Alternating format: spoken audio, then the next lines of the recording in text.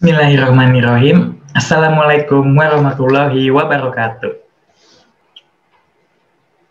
Selamat pagi, selamat siang, dan selamat malam dimanapun saudara menonton video ini. Alhamdulillahirrabbilalamin, pada kesempatan kali ini saya masih bisa bertemu dengan teman-teman walaupun secara tatap maya. Oleh karena itu, marilah kita panjatkan puji syukur kepada Allah atas nikmat sehat dalam pembawaan presentasi saya kali ini. Dan saya ucapkan terima kasih sebanyak-banyaknya dan sebesar-besarnya kepada Bapak Daris Hadianto yang telah membimbing saya dalam pembuatan artikel ilmiah ini. Pada presentasi saya kali ini, saya akan menjelaskan perbandingan sistem bahan bakar konvensional dengan sistem electronic fuel injection. Sebelum memulai ke pembahasan, alangkah baiknya kita berkenalan terlebih dahulu. Karena ada peribahasa bilang, tak kenal maka tak sayang. Maka dari itu, perkenalkan, nama saya Muhammad Rafli Ramadhani dengan NIM 2000456 dari jurusan Pendidikan Teknik Otomotif B, Universitas Pendidikan Indonesia. Di presentasi saya kali ini, saya akan membahas beberapa hal. Yang pertama, dimulai dari pendahuluan. Lalu yang kedua, metode penelitian. Yang ketiga, pembahasan rumusan masalah. Dan yang terakhir, kesimpulan. Langsung saja ke pendahuluan. Di sini, seiring dengan perkembangan zaman, dunia otomotif dari tahun ke tahun semakin berkembang dan semakin modern, baik dari perbedaan sistem pencampuran dan komponen yang ada pada sistem bahan bakar. EV atau Electronic Fuel Injection mempunyai keunggulan dibandingkan tipe konvensional karena pencampuran bahan bakar selalu menyesuaikan udara yang masuk ke ruang bakar, maka pembakarannya akan lebih sempurna. Oleh karena itu, mesin memiliki performa yang lebih baik, lebih responsif, lebih irit bahan bakar, putaran stasioner lebih lembut, dan lebih rendah emisi gas buang. Nah, EV merupakan singkatan Electronic Fuel Injection, yaitu penyemprotan, penginjeksian bahan bakar dilakukan secara elektronik. Pengontrolan secara elektronik ini lebih baik dibandingkan dengan penyemprotan bahan bakar yang masih konvensional atau yang kita kenal dengan karburator. Nah, kelebihan dari EV ini daripada konvensional antara lain nilai campuran bahan bakar dan udara sesuai kebutuhan mesin. 2. Campuran antara bahan bakar udara dan bahan bakar lebih homogen. Yang ketiga, pembakaran yang dihasilkan lebih baik. Keempat, tenaga yang dihasilkan oleh mesin lebih optimal. Dan yang terakhir, yang lebih pentingnya lagi, emisi gas buang yang dihasilkan lebih rendah. Karena jika emisi gas buang tinggi, itu akan berpengaruh dan berdampak kepada lingkungan sekitar dan keberlangsungan kehidupan yang akan mendatang. Untuk mesin yang menggunakan sistem EV, dapat menghasilkan emisi gas buang beracun lebih rendah, serta lebih efisien dibanding sistem konvensional. Dikarenakan, sistem karburator, cara menyuplai bahan bakarnya berdasarkan kevakuman mesin. Sedangkan, sistem electronic fuel injection dalam menyuplai bahan bakarnya sudah ditentukan berdasarkan sensor yang terpasang dan bisa membaca kondisi engine, putaran mesin, suhu udara yang masuk, dan mengantar pada injektor, sehingga jumlah bahan bakar yang dibutuhkan sesuai dan tepat tanpa kekurangan maupun kelebihan bahan bakar, maka dapat menghasilkan emisi yang rendah.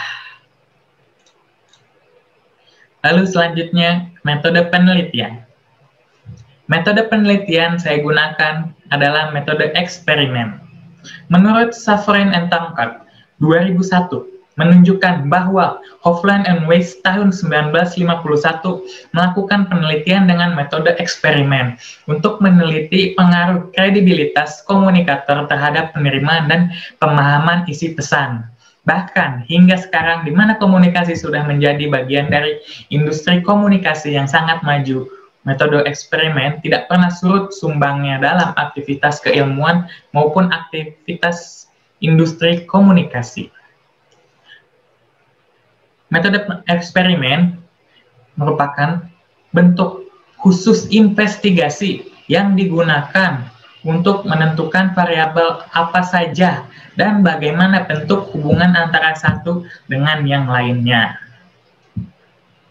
Instrumen dalam metode penelitian kali ini dilakukan secara wawancara, sehingga tidak terlalu banyak menggunakan alat yang signifikan, dikarenakan saya kekurangan alat-alat khusus untuk melakukan penelitian ini secara eksperimen, sehingga saya lakukan secara wawancara kepada yang lebih ahli.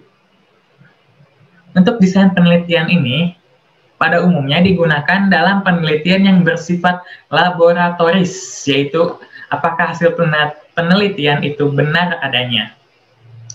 Prosedur yang digunakan dalam penelitian ini dimulai dari langkah mengetahui perbedaan kedua sistem konvensional dengan electric fuel injection, lalu mengetahui mengapa perawatan sistem konvensional lebih mudah dibanding sistem electronic fuel injection, dan mencari tahu seberapa efisien kedua sistem ini dalam penggunaan konsumsi bahan bakar. Langsung saja ke pembahasan rumusan masalah. Di sini saya akan bacakan 3 rumusan masalah yang akan saya bahas. Yang pertama, apa perbedaan jenis sistem bahan bakar ini berdasarkan komponennya masing-masing? Yang kedua, mengapa perawatan sistem konvensional lebih mudah dibanding sistem electric fuel injection? Yang ketiga, seberapa efisiensi bahan bakar pada perbandingan kedua sistem ini? Nah, yang pertama, apa perbedaan jenis sistem bahan bakar ini berdasarkan komponennya masing-masing? Dapat dilihat gambar yang saya tampilkan. Di sini ada sistem konvensional dan sistem EV. Nah, di sistem konvensional ini sangat terlihat konstruksi yang simpel dan rumit. Nah, sistem konvensional ini memiliki komponen yang sederhana, dimulai dari fuel tank, lalu ada fuel line, fuel emission line, fuel return line, itu termasuk dalam satu kesatuan komponen fuel line. Lalu ada fuel filter, karburator, fuel pump, charcoal canister. Nah, di sistem EV dapat dilihat dimulai dari fuel tank, fuel pump, fuel filter, pressure regulator, cold start injection, injektor, oksigen sensor, knock sensor, start injection time switch, coolant temperature, ECM atau ECU, ignition coil starter, air filter, air flow meter, dan sebenarnya masih banyak lagi yang tidak tercantum di sini. Nah, yang membedakannya kenapa kok bisa serumit itu sistem EV dibandingkan sistem konvensional? Nah, sistem EV ini memiliki banyak sekali komponen elektronik yang dikendalikan oleh ECU atau Electronic Control Module. Nah, di sini bisa dilihat mulai dari fuel tank, itu tempat penyimpanan bahan bakar, lalu dipompa oleh fuel pump, lalu dialirkan ke fuel filter untuk menyaring kotoran yang berada dalam bahan bakar agar tidak masuk ke ruang mesin, lalu langsung ke injektor. Nah, di sini ada dua, ada cold start injektor dan injektor. Nah, cold start injektor ini berfungsinya digunakan saat mesin dingin atau pada saat kita starter mesin di pagi hari. Nah, kondisi mesin itu posisinya dingin. Nah, untuk injektor, dia menyemprotkan bahan bakar atau mengkabutkan bahan bakar ke ruang bakar. Nah, lalu ada pressure regulator.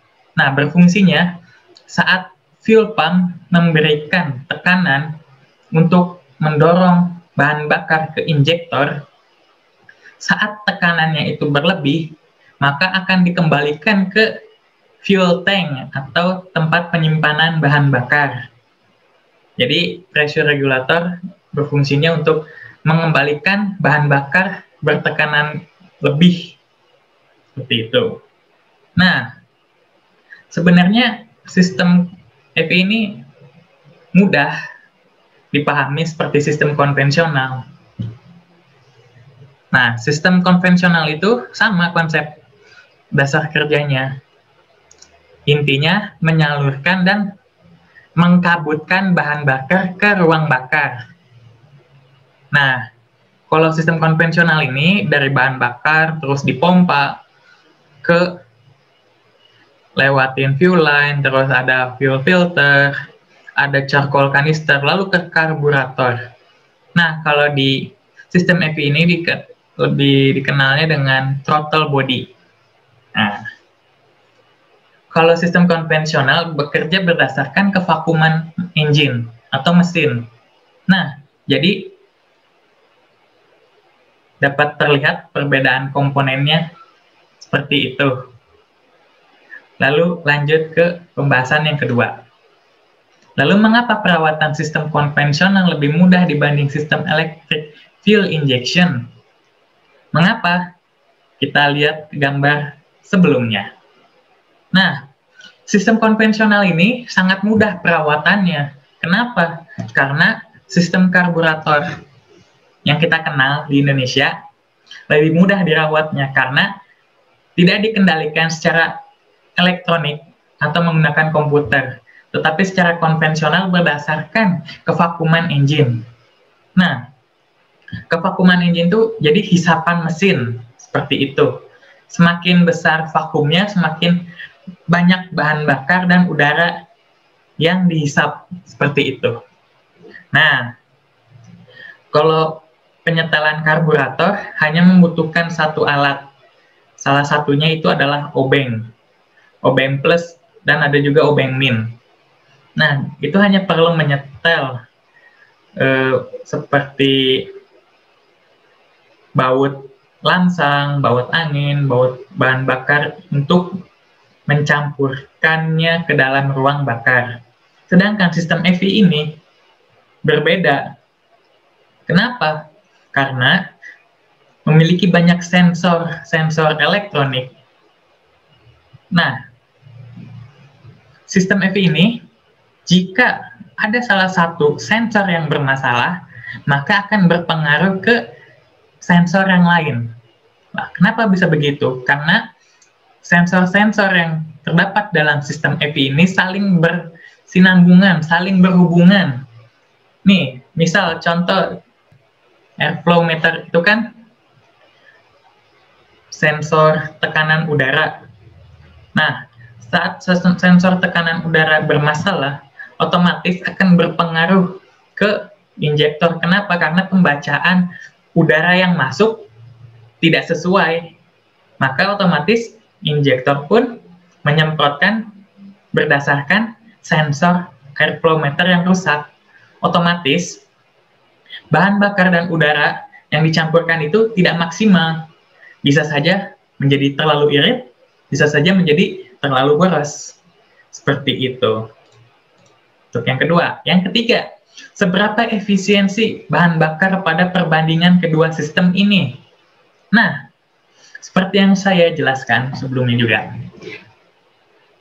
Kalau sistem konvensional berdasarkan kevakuman engine, otomatis udara dan bahan bakar yang dihisap sebagaimana maunya mesin. Seandainya minta banyak-banyak, tapi bahan bakar belum tentu terbakar sempurna dan menghasilkan gas emisi yang tinggi. Sedangkan sistem electronic fuel injection memiliki campuran bahan bakar dan udara yang pas dan presisi, diatur menggunakan komputer. Jadi pembacaan datanya aktual, sesuai dengan kondisi engine. Tidak kurang dan tidak lebih.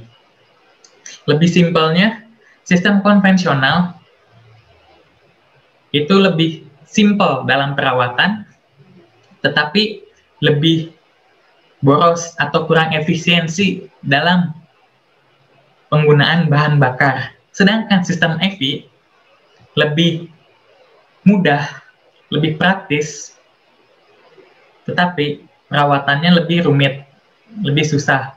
Tapi memiliki efisiensi bahan bakar yang lebih rendah dan rendah polusi. Seperti itu. Nah, untuk kesimpulan yang bisa diambil, baik dari berdasarkan komponen, perawatan, efisiensi bahan bakar, maka dapat disimpulkan berdasarkan rumusan masalah. Hasil dari penelitian ini, ternyata masing-masing dari sistem memiliki keunggulan dan kekurangan masing-masing. Dari sistem konvensional yang terlihat simpel, dengan memiliki komponen sistem sedikit namun boros dan kurang efisien dalam penggunaan bahan bakar, sedangkan sistem electronic fuel injection yang dibilang canggih memiliki efisiensi penggunaan bahan bakar secara otomatis yang dikendalikan komputer yang baik namun perawatan yang rumit. Dikarenakan banyaknya sistem electrical, jika salah satu ada kerusakan maka akan mempengaruhi ke sensor yang lainnya. Maka kesimpulan yang bisa diambil, sistem bahan bakar konvensional memiliki sedikit komponen yang tidak begitu rumit dan mudah perawatan, namun sangat boros.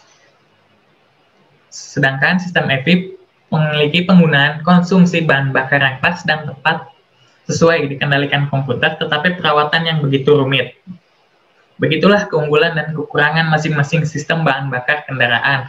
Perbandingan yang tidak begitu signifikan, tetapi dapat berpengaruh dalam jangka panjang ke depan, seperti mengurangi biaya dalam penggunaan bahan bakar, mengurangi dampak polusi berlebih yang dapat mencemarkan lingkungan sekitar. Mungkin sekian informasi yang bisa saya sampaikan, yang bisa saya presentasikan kali ini. Mohon maaf sebesar-besarnya jika saya ada kesalahan dalam ucap kata, tutur kata, dan penulisan pada video presentasi kali ini, karena manusia tidak pernah luput dari kesalahan. Billahi wa taufiq wal hidayah. Assalamualaikum warahmatullahi wabarakatuh. Sampai jumpa.